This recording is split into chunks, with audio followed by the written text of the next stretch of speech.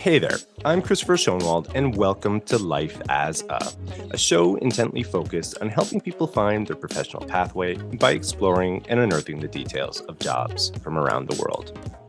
The world of professional sport, for all its buzz, excitement, and entertainment it can produce, is also recognized as a house of a different sort for those living within it.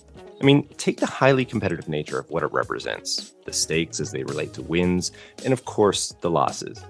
Individuals who operate in this space, no matter the sport, need to adjust, or quite simply, they will not last.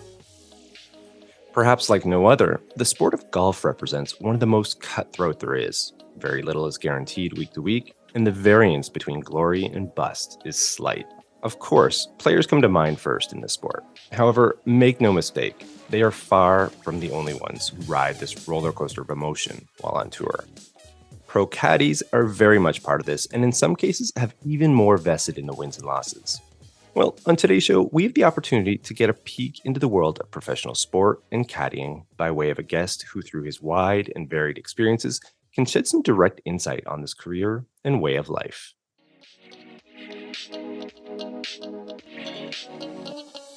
All right, welcome to the show. So, Mike Darby is a Vancouver, Canada-based professional PGA Tour golf caddy, and he's been so for well over a decade, and his accomplishments include being on the bag for many pros, including his current teaming with golf legend and two-time U.S. Open champion, Lee Janzen. Mike's knowledge of the game, preparedness, and cerebral approach to it all has amounted to success in the form of being part of 3 PGA Tour wins, as well as 3 other major tournament victories across North America. And today, Mike will share some of the hidden details of this profession, including some of the visceral challenges he and other pro caddies face, as well as some of the highs one may encounter within this unique line of work. So with all this stated, Mike, I couldn't be more thrilled to welcome you to the show. Yeah, how are you doing? Excellent. Thanks for having me. Yeah, really excited to get into this. I mean, it's, we're speaking off the top before the recording. I mean, it's a line of work that I just don't think a lot of people have much understanding of, including myself. I mean, yeah, I think it's going to be a fascinating talk. I was going to say, as far as I know, there's less than 10 of us that did it full time on the PGA Tour when I last tried to figure it out. So it is Oh, very unique. our Canadians. Yeah, yeah. I Yeah, mean, yeah, yeah. yeah. Even from a global perspective, I think like there's this like basic idea of what the profession entails, but it's almost surface level, right? I mean, like the hidden details of it are just, yeah. I think it's a black box for a lot of people, like myself included. So I'm really excited to get into this, and I do have this first segment lined up here today. Something called Coloring Wikipedia. And as my guests know, it's basically a segment where I just read off a definition of what the guest does, sometimes their industry, and it just kind of gives this jumping off point into the discussion. And, admittedly, I'm going to forewarn you here. The definition of caddy by Wikipedia is pretty simplistic. Yeah, so much so that, I hope you don't take offense to it. But I think it is so basic in the sense that we can add to it. And that's what I'm most eager to hear about here in this segment here is what you add to this and how you interpret the work that you do. So I do have you down again for caddy. So just let me read that off and I'll ask some questions after. Does that sound all right? Excellent. Okay, perfect. Here we go. So caddy. In golf, a caddy is the person who who carries a player's bag and clubs and gives the player advice and moral support. Again, very short, very simplistic. First take, what do you think of that? It is very simplistic. Yeah, the modern caddy, the role has changed so much. I mean, you could add to that sports psychologist, shoulder to cry on, maybe even whipping boy some days, marriage counselor even. You never know. It's very involved from a technical standpoint as well, too, in terms of the information that we gather nowadays. It's changed a lot over the last, say, 20 years. Yeah. And I think that's the most compelling aspect about all of this is again, I think the perception of what people might consider the line of work is still kind of attached to this basic Wikipedia definition. But the things that you were just alluding to right there are exactly the types of things that I'm really excited about learning a little bit more in the course of this talk. Outside of what you just added to that, is there anything else, or is there anything you'd like to sort of like de-emphasize? Like, yes, this aspect is important, but it's not the most important thing. No, that's pretty much all I have to add to it at the moment, actually. Okay, sure. in terms of, I guess, the practical elements of your line of work, I think I in researching this talk, I came across a YouTube video. It might have been you and another caddy kind of breaking down like 10 different points of like, this is what you should do if you are a pro caddy, and this is what you shouldn't be doing. You could share a few of those basic things because it kind of paints a picture of some of the fundamentals, I suppose, if you will. Absolutely. My friend of mine and myself were asked to do that in 2015. It was a training video meant for the PGA Tour Canada. So a very basic video of do's and don'ts for group training, because on the Canadian tour, they get caddies given to them. So it was just the basics of, show up, keep up, shut up kind of thing. That was the original caddy mantra. But just, where to stand and what to do, how to dress, just that was the real basics of it, video. Yeah, it certainly was. Okay. All right. Well, I encourage anyone who is interested to go check it out, because again, it does kind of give that basic overview of some of the aspects of it. But of course, there's much more to it that we'll get into later on. In terms of, a typical day for you while you are on tour, I understand that you are heading out, next week, for another competition. What is that like when you are on tour? Maybe you could break that down for us a little bit. Oh, absolutely. Monday is typically a travel day for us. Each trip or tournament will be 1 week total. So Monday will be the travel day. Tuesday, we'll typically play a practice round, my player and I. And if I have homework to do, I'll be walking the golf course either before or after that. If it's a course I've been to before, it's pretty much just a review. But if it's a course I've never been to, I need about 6 or 8 hours walking the golf course to get the info that I need. Wow. On our tour, which is the Champions Tour, Pro-Ams are on Wednesday and Thursday. And then the tournament runs Friday through Sunday, 3 days typically. Whereas on the PGA Tour, it's Thursday through Sunday. So that's our typical week. Right now, our majors, the US Open, PGA Championship, British Open, etc., those are 4-round tournaments. And after 2 rounds, they make a cut for the field. Yeah. Okay. So that's our typical week. Yeah. Okay. Getting back to that point of doing your homework, finger quoting this here, doing your homework and walking the course 6 to 8 hours or so, whatever it was. Yes. What are you looking for there in that? I mean, the angles, I suppose, or things to avoid. I mean, maybe you could shed some light on that. That's a good question. Yeah, we're given a yardage book at the start of the week where we purchase it, or some tournaments give it to us for free. It's very detailed. There's a lot of information, a lot of numbers, measured from sprinkler heads and specific points on the course to different points on the green. So when I'm walking a course that I've never seen before, you want to get lines off the tee, like sight lines where we'd want to hit it. You'll be looking at the book. And then in terms of strategy, you don't have to hit driver all the time on a par 4 or 5, where we'd want to miss it if we had to, where we can and cannot hit it. Most of the time is spent around the greens, right? Learning the slopes, the breaks, what's around the greens. Like, I mean, if there's water behind the green, I have to know when we're planning from the fairway, stay short of that flagstick. So yeah, most of my time is spent around the greens learning that. And with my laser that I have, I will check a bunch of things to confirm the information that's in the yardage book, especially on hilly courses. Like my laser measures uphill and downhill based on a slope percentage. So I'll check those numbers that are in the book, because sometimes they are wrong, right? It might say it's 10 yards uphill and it's actually only 5 yards uphill. So just doing your homework, collecting as much information as possible in the period of time that you have, and be as prepared as possible. I find that the more prepared you are, the less nervous you are, and the more confident you are. And it's funny how the harder I work, the luckier I get, it seems.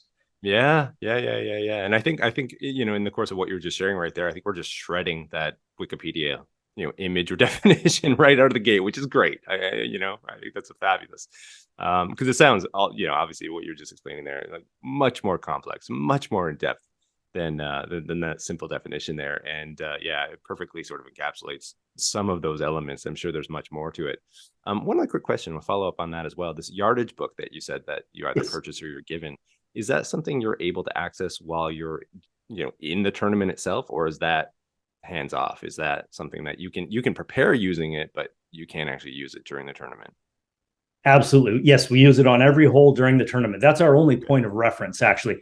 You're under the rules not allowed to use a mechanical device as of right now. Like my laser, I can't use it during the tournament. That's why I gather all the information before the event. Now, like on the LPGA Tour, you can use a laser now. And recently they've allowed us to use a mechanical compass. But I draw in my book when I'm doing my homework compass angles. That's for so we know which direction the wind is coming from. Like I'll check the forecast every day. I'll know the wind speed and direction for every hour that we're out on the golf course. So you have, even when you can't feel it, you have a general idea where it's coming from. Yeah. That's fascinating. Absolutely fascinating. Yeah. Oh, I'm loving this already. Outside of this, I guess once you're off tour and you have that downtime in between tournaments, I'd say, to what degree are you still kind of like pulled into it? Maybe it's researching the next tournament. You're preparing or planning, or maybe it's just you're decompressing. I don't know. I mean, what is that side of it like? A lot of both. Everyone has their own concept of downtime. But just before you and I started speaking here, I was checking out on the Golf Channel, which I love. My friends are at the Phoenix Open this week. It's one of the most crazy tournaments ever. They get about 500,000 people going to that. So I'll see how the boys are doing and follow other tournaments around the world. I have some friends on the LPGA Tour as well too, and just see how they're doing. Try and keep up to date with what's going on. And we're not playing in Morocco this week, but my tour is in Morocco. So this morning, yes, I was watching the event, see how the conditions were, and it looks very difficult there. But I really wanted to be there, but my player had another commitment, so we didn't go this week. But just try and keep up with what everybody's doing and current on the info. Yeah. All right. Well, thanks for sharing that. Well, maybe we could slide into another segment here, Mike, something called Pathways. And it's a rather new segment that I've introduced in the program in the last 2 or 3 months. But basically the idea here is to kind of show the pathway of a professional, where they've ended up, of course, now is not as simple or straightforward as what people might assume. Oftentimes there's, left turns, right turns, zigging and zagging, so on and so forth. And, in research for this talk in particular with you, I understand that you reluctantly got into the sport, and maybe you could sort of share a little bit, the backstory of how you ended up where you are. That's true. As being a Canadian, you're forced to play hockey growing up. That's it. You put on the skates. So I grew up playing hockey, baseball, tennis, all that. When I was about 19 years old, my grandpa would force me to go with him on Saturday mornings. I'd have to get up early, sometimes hungover, and we'd go and play golf. And at first I hated it, but then the switch flipped. And like a lot of people, it became almost an addiction. I mean, a good addiction. And I just fell in love with the sport and the challenge of it, knowing that it'll never be conquered. You can spend the rest of your life playing it. And then from there, I remember watching it on TV once, and my mom goes, "What, are you going to be a pro golfer?" And I said, "Well, I got nothing else going on. Why don't I try that?" So I started competing as an amateur, but I mean, I started late when I was 20 or 21 years old. So that's ancient in golf terms. These guys, you're playing against guys who've been playing since they were 5 years old. And competed as an amateur, had some moderate success, but I just knew in my heart that it wouldn't, that I wasn't going to make it at that level. And I just stumbled into caddying when a friend of mine qualified for the BC Amateur and I didn't. And it was at my home course, and that burned me up. But I caddied for him and just realized I loved it a lot more than playing myself. I just don't feel the same pressure as a caddy. Right. And just from there thought, okay, how are we going to do this? And I started on the Canadian tour, and it all took off from there. Yeah. Okay. All right. Yeah, it's fascinating. Yeah, it's an interesting point that you raise there. I mean, the stress and the pressure of it all, and probably the intensity of the competition. It's certainly there on both sides, but just maybe in a different form, I guess is what maybe you're getting at there. And again, absolutely. But yeah, really interesting side to it all. Well, thanks for sharing that. I do have another question I'd like to kind of follow up, sort of segueing from that discussion there in this Q&A discovery segment. And we're fast forwarding, we're just in your past here, fast forwarding somewhat, not all the way up here, but I've got this quote from an article back in 2015. It was a bit of a formative moment highlighting, your career and accomplishment when you were caddying for Canadian Nick Taylor. And let me just read this quote off here for you, and for listeners, of course, too. "We wasted no time starting the 2015 season by winning our 4th start, the Sanderson Farms Championship in Jackson, Mississippi. This was my first PGA Tour win. My dream was finally achieved. All the blood, sweat, and tears were finally worth it. We'd made it." And there's one thing in there that I really keyed in on. I'm going to read that again. The blood, sweat, and tears were finally worth it. Tell me a little bit more about that. What does that mean to you? Okay, well, for the blood, I guess we could refer to the physical aspect of it, because think about it, carrying about 40 pounds with a staff bag up and down hills over about 6 to 9 miles per day that we walk.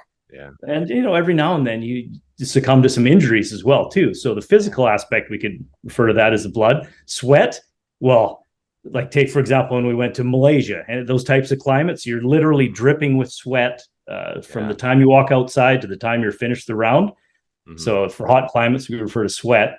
Tears, a lot of the low points, because think about it, in golf, you fail, what is it, at least 99% of the time? Right. What's your winning percentage? I mean, very low. So, I mean, we've all had some very low points, and the tears. Yeah, there's been a couple of tears. Yeah. Not too many, but, there's no crying in golf, right? But yeah, I've had a few. Yeah. I mean, I took this when I read that. I'm just like, just kind of what you were speaking of to a certain degree, but like just the amount of struggle that's probably involved in that sport and the difficulty of winning, of capturing a win. It's that competitive. Like I alluded to this off the top, like the variance between winning and losing is just ever so slight. It's like it's one shot here, 2 shots there. I mean, just tiny little variances. So like finally overcoming, it's major. And like what you just said there too. I mean, in terms of like winning percentages, losing percentages, it is tough to win, within the PGA Tour or some of these other tournaments that you've been part of. So I could just imagine finally like that bursting of elation in that moment of finally busting through. It must be just overwhelming in so many different respects. Absolutely. The adrenaline rush, you can't sleep that night.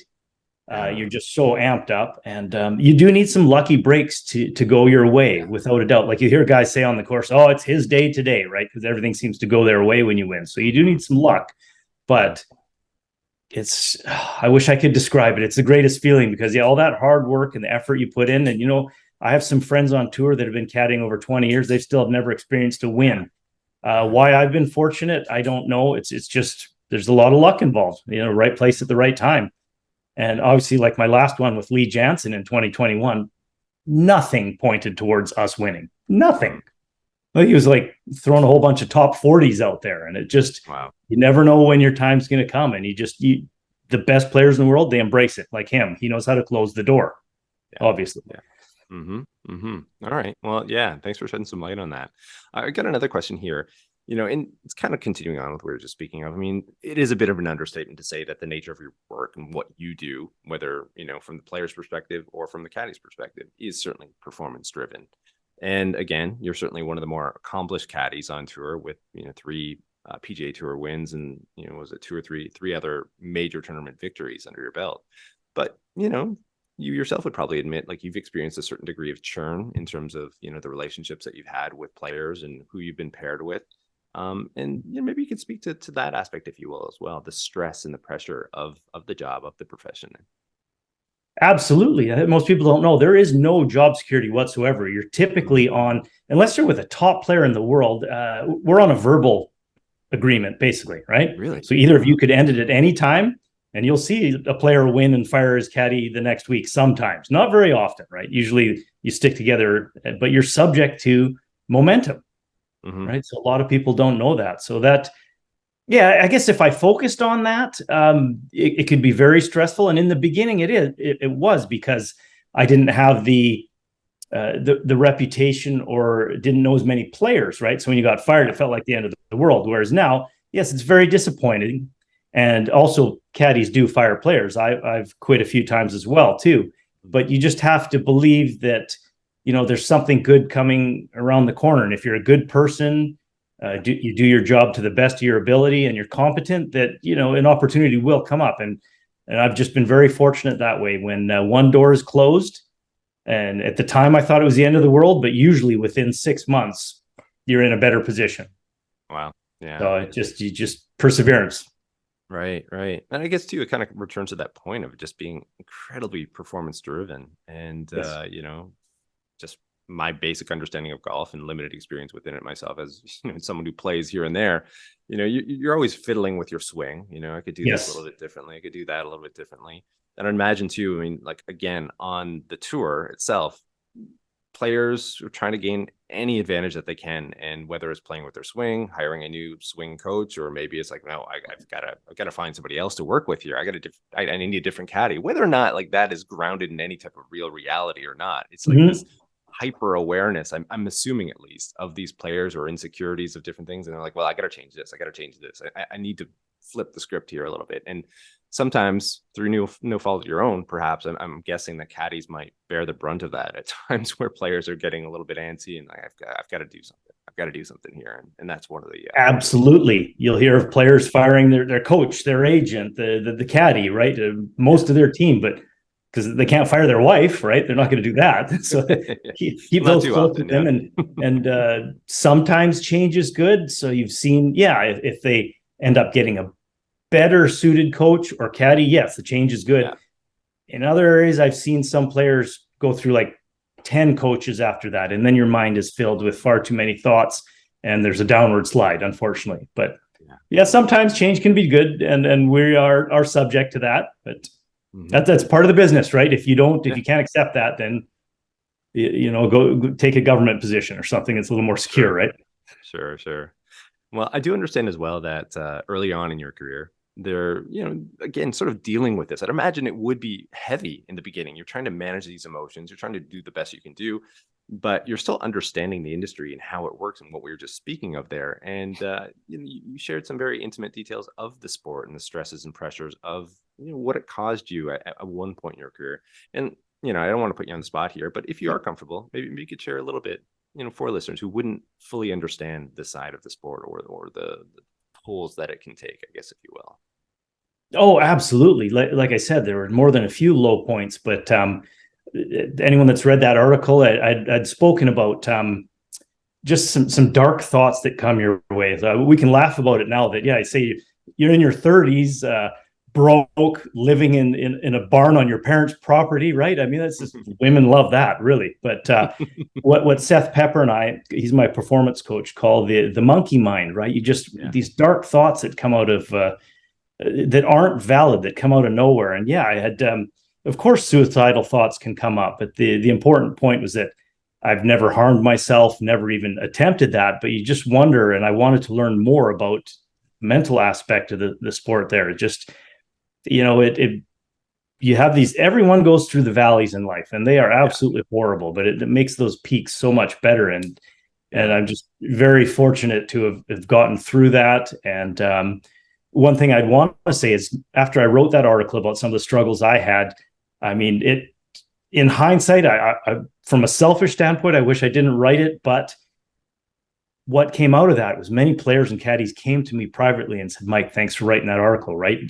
Maybe opened up a discussion a bit. And you'll see that in all professional sports now, which I'm happy to see, the mental aspect of it and how many people do struggle with professional sports. So a lot of good came out of it. I made some friends outside of golf that contacted me anonymously from writing that. So in that aspect, it was worth it, right? Yeah. You help one person, then it's worth doing something, right? 110%, and we're seeing that. We're seeing that, across industries, within sports, of course. I mean, people are sharing this information a lot more than certainly what they used to. It's a different sort of view of it all now. And it's because of what you were just speaking of. I mean, it can empower others, and I think maybe as well for the person who does share that type of information, it is empowering for them as well. I mean, it's challenging, it's difficult, but once it's out there, it's out there. And it's admitting that, yes, we're human. We do have these challenging moments in our lives at certain points, and there are those valleys, there are those peaks, and that's normal and it's natural. So I think, what you shared, certainly, I can see how it would have been impactful for those on tour, people within your circles, and then for those who are just even outside of the sport as well. Quite inspiring. So I do appreciate you even speaking about it here on this program. I think no worries, from this conversation, somebody's listening can take something away from that. So excellent. Well, you did mention one individual's name already, and the person that introduced us, Seth Pepper, mental performance coach.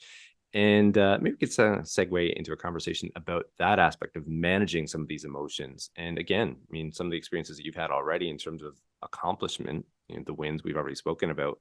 I'd like to know about, how that relationship with the mental performance coach, in this case, Seth Pepper, has helped you in your career? Oh, wow. Immeasurably. We started working together during the depths of the pandemic. So you talk about a low point, right? I was gone. It was over a year without working. And that's when we just started. I decided I wanted to learn and get better. And the stuff that we worked on, of course, had an immediate impact. And I'm still learning every day. I'll be a lifelong student. But I think I'm able to handle pressure a lot better now. I've got a toolkit of things that I just can't wait to share with my players. And it's just, I can't say enough about how much it's helped me. And with my win with Lee, one of the little things that was a key spark was Seth suggested I watch old YouTube videos of Lee winning tournaments. And not only helped me learn about how he handled the pressure, but also it just, you could say, brought positive vibes or energy, or it was something for us to talk about on the golf course. Because during a tournament, you only need to focus about 1 minute at a time, correct? So you've got your 4 or 5 hours where you better find something to talk about. And I tried to just bring up positive events from his life and have them thinking about that. And you can see their demeanor change when they're all proud of themselves and confident. It was just, Lee and I have had some amazing discussions on the golf course, but what he doesn't realize is I've learned far more from him than he ever will from me, because he's accomplished so much in the game and his golf IQ is off the charts. So it's like a win-win for me, because I'm learning every day more than I ever thought. Yeah. Well, it sounds to me like a bit of a symbiotic relationship there. And there's one thing that you said that struck me, correct me if I'm wrong here, but you said you're so excited to share this toolkit of information that you're taking away, say from your sessions with somebody like Seth Pepper. And you just spoke out how you share some of this with, the players themselves. And in this case, I'm guessing Lee, Yeah, like it sounds to me that there is this give and take. I mean, you're taking a lot in from their knowledge, but then you're also giving that back as well. Am I onto something there? Is that correct? Absolutely. I would hope that I provided maybe a little jolt of positivity to Lee or a resurgence in his career, just getting him to believe in himself. That's it. Yeah. Because like I said, there's nothing I can teach him. Yeah. Well, correct me if I'm wrong here too, as well. There was, I guess in 2021 when he had a win after maybe a bit of a, hadn't captured as many wins as of recent or as of late, but he did get this one. And I think after the win itself, he was crediting the conversations he was having with you about, some of his past victories. I mean, he's a 2-time US Open champion, so this guy knows how to win. He knows how to play. But he was giving credit to some of the conversations that he was having with you. And I think that maybe speaks to this point of what we're discussing right now. Yeah. In the on-camera interview on the green, just as he had won, he mentioned my name, which is very rare. And it kind of took me back. I was just very grateful for that.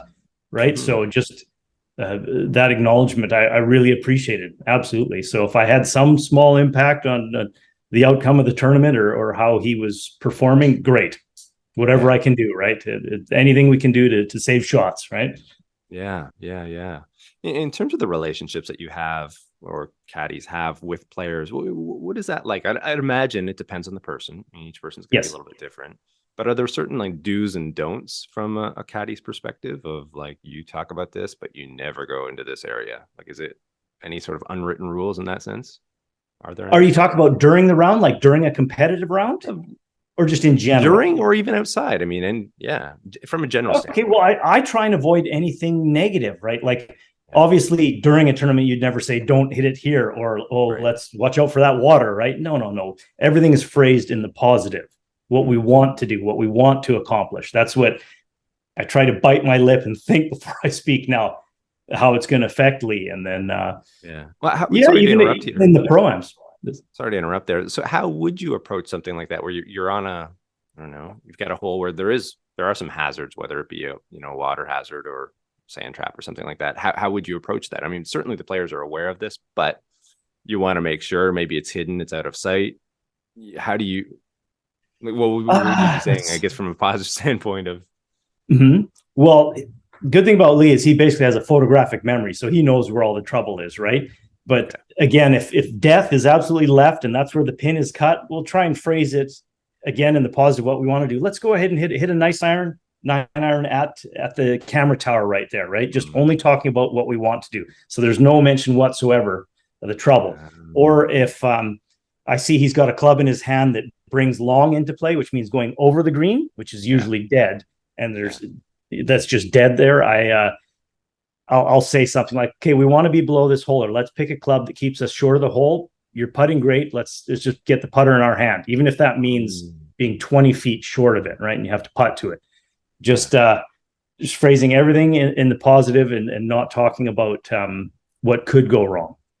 Okay. And it was interesting when you were just doing that. I mean, I could imagine you kind of getting into character a little bit. Even the tone of your voice was changing as well. But like that was really fascinating because like the tone was kind of coming down as well to kind of match this, this positivity, I suppose, of what you're trying to do. And like, reassurance maybe was an emotion that I was thinking that you're trying to like imbue with these comments as well, and which would certainly make sense. Would that be something that like all caddies would sort of do, or is that something that you've sort of picked up over the years? Well, I guess the experienced or better caddies would do that. Absolutely, trying to reassure your player, phrase everything in the positive. That comes with experience. Yeah, knowing what to say and when to say it. Absolutely, because believe I've said plenty of dumb things and plenty of the wrong things starting out, but you just pick that up along the way, and it's like a game of chess, trying to think, how can I get my player to do what I want and think that he's the one deciding to do it? Yeah. Right? You want to influence his thinking to do what you want him to do, because they're trying to win a golf tournament. Sometimes they're not focused on the little details that we are, right? They're thinking about the shot they want to hit. And it's very rare that I have to call Lee off of a club, meaning he's got the wrong one. But I did do that at the Tournament of Champions last year on a par 3. It was the second to last hole of the tournament. He had 8-iron in his hand. We had just watched one go long, and I stepped up and I said, no, Lee, it's a 9-iron, this or that, whatever. He hit it pin high because of adrenaline, made birdie. But that's very rare that if you step in and call a player off a shot, you better be right. Because if you're wrong, it never ends up well. Right? I bet. Yeah. Again, shattering images here, I think, of that Wikipedia definition. I love it. So maybe we could continue on with this sort of, deeper exploration of the sport itself, and return to that point we sort of touched on earlier of planning and preparation, with the rise of technology now. I mean, certainly like data analytics, I'm thinking like satellite imagery of courses. I mean, there's so many more tools available to people like yourself, or for analysts, for players themselves, than 10, 15, even 5 years ago to a certain degree. Like, to what degree are you leveraging all of that as well? You'd already mentioned lasers as well. I mean, there's probably tons of other things too. Oh, absolutely. Some, if it's a course we've never seen before, some caddies, like on the PGA Tour, will look at Google Earth, and because you can draw lines and do some measurements that way. But when you get to the tournament, the yardage book has most of that figured out. You talked about lasers, analytics. Yes, the statistics, more so on the PGA Tour, that shot length and the amount of data they have for the players. It's unbelievable. They use that. It's a good tool to analyze what you need to do to improve.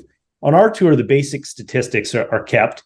You can look that up on a player's profile online. And of course, I'll take a look at it, because I might think in my mind, oh, we need to improve our iron play. But no, the stats will show that around the green, you're wasting too many shots. So it's nice to be able to have that data and just work on what you need to improve on.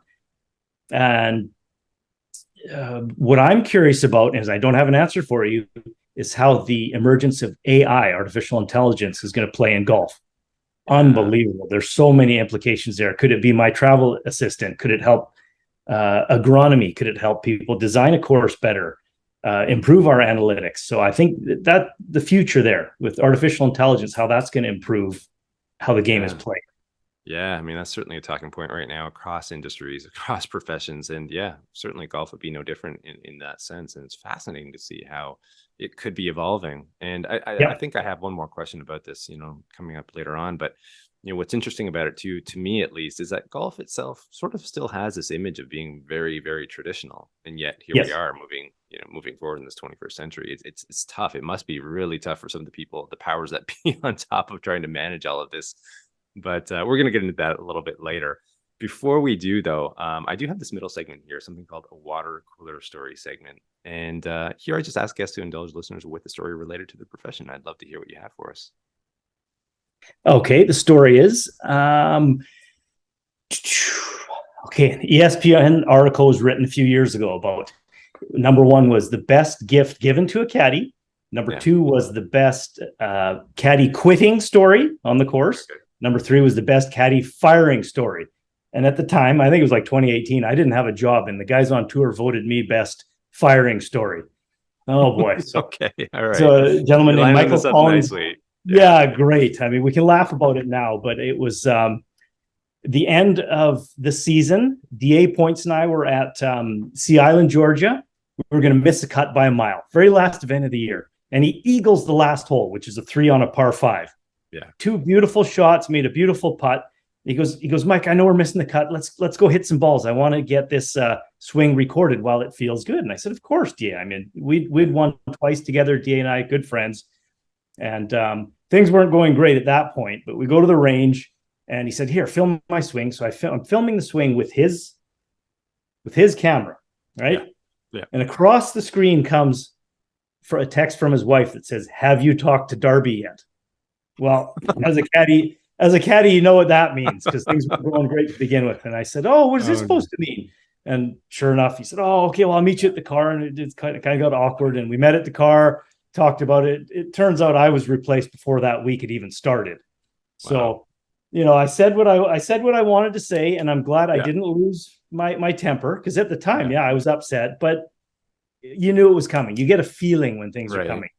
And so that ended up making it to the ESPN article. And of course, now it's all water under the bridge. I mean, we won twice together. DA and I could have a glass of wine anytime together, right?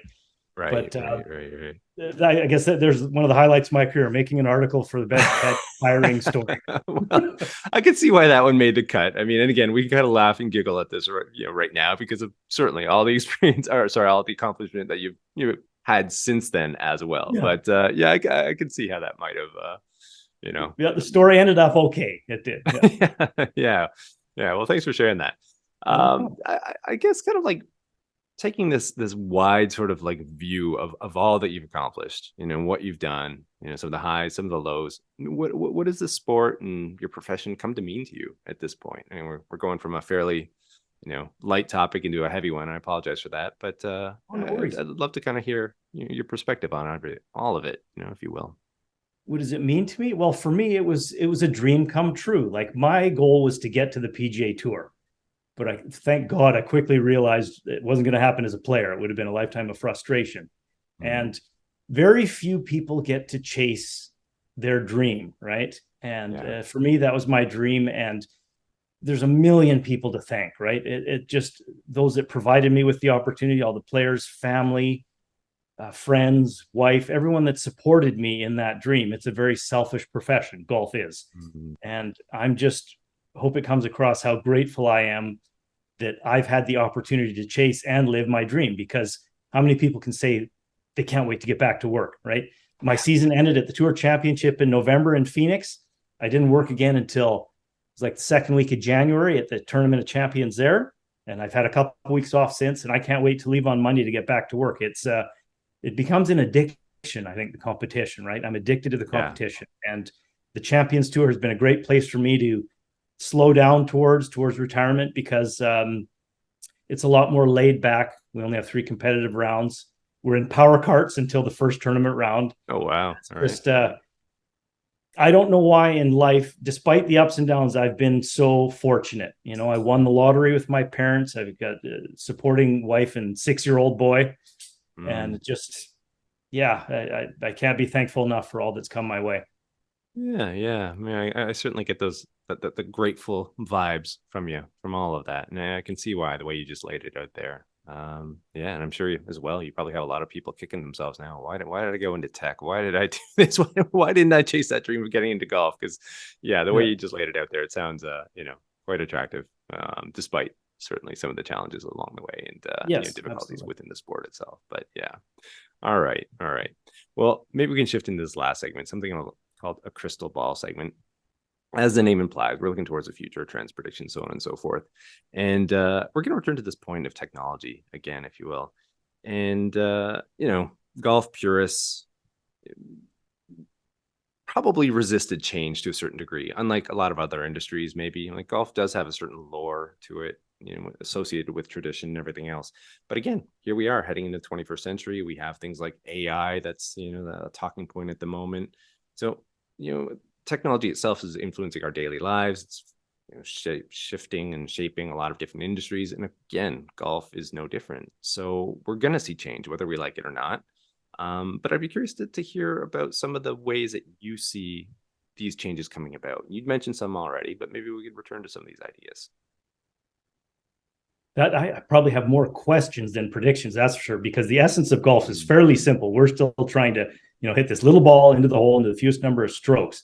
But like I guess previously mentioned before, I think AI could be one of the big changes in how it affects the industry overall. Everything from, like I said, from course design to travel planning to how the tour is operated. Sports betting has become a huge thing with golf now that they've made business partnerships. How is that going to be affected by AI? So in terms of the game of golf changing, not too much. The technology of the clubs and balls, that's forever changing. They'll hire NASA scientists to help them design the next driver, right? Like that is ever changing. And there might be a point where it goes too far, right? The players are already hitting the ball an absolute mile. But so the technology will change there, obviously, with balls and clubs. But for me, the biggest question is, what is the impact AI is going to have on our sport? And unfortunately, I can't answer that for you, but I think it's going to be fun to watch. Are you seeing people generally embracing it, the technology itself? Say, like, I don't know, the people that are running the sport, and then also down to the level of players. I assume players are, because again, it's going to lead perhaps to competitive advantages and whatnot. But the gatekeepers, the guys on top, or the women on top, are they the ones that are sort of embracing it now, or is there still a degree of resistance, would you say? From some of the old guard, there may be resistance, like maybe the boys at Augusta National and the Masters tournament, but you have to embrace it. You're going to get left behind, right? Like look at even just watching a PGA Tour event on TV now with this shot tracker and the technology and the data from it's called TrackMan is one of the main products. Like you'll see that set up at driving ranges all over the world now, where as an amateur, you can hit balls and you get all this instant feedback and data from hitting one shot. It's just incredible. It's mind blowing. You'll see players warming up with TrackMans, getting data before a round. So they'll know how far the ball is going. Like most people don't know. We have to know how far the ball flies for certain clubs. In every city we go to, it's a different distance based on, temperature, humidity, wind conditions, altitude. These are all the things I have to know. And like when we're at altitudes, like say somewhere in Reno, the ball goes a mile, right? And all these little things you have to learn each week, because it goes a different distance everywhere we go. So it's a learning process every week. Yeah. Well, that might be a nice kind of point to close all this off on. Again, I've mentioned it 3 or 4 times throughout. I think we shattered this image of Wikipedia and what a caddy does. Like, to be honest, I was a bit concerned when I wrote that down, because it's like, oh, this is almost insulting. Like if I were him, but again, I was like, well, I didn't write it. This is Wikipedia, and we can just, we can have some fun with it. We can really add to it. So that's kind of the perspective I took with it. And I'm sort of glad that we did go about it that way, because I think that's the end result here, is that people listening to this talk are going to come away with a whole different perspective on the work that you do, the demands, the rewards, all of it. So I can't thank you enough. I mean, it's been riveting talk, and I can't believe we blew through it this quickly. So thanks so much, Mike. No problem. Anytime. Thank you.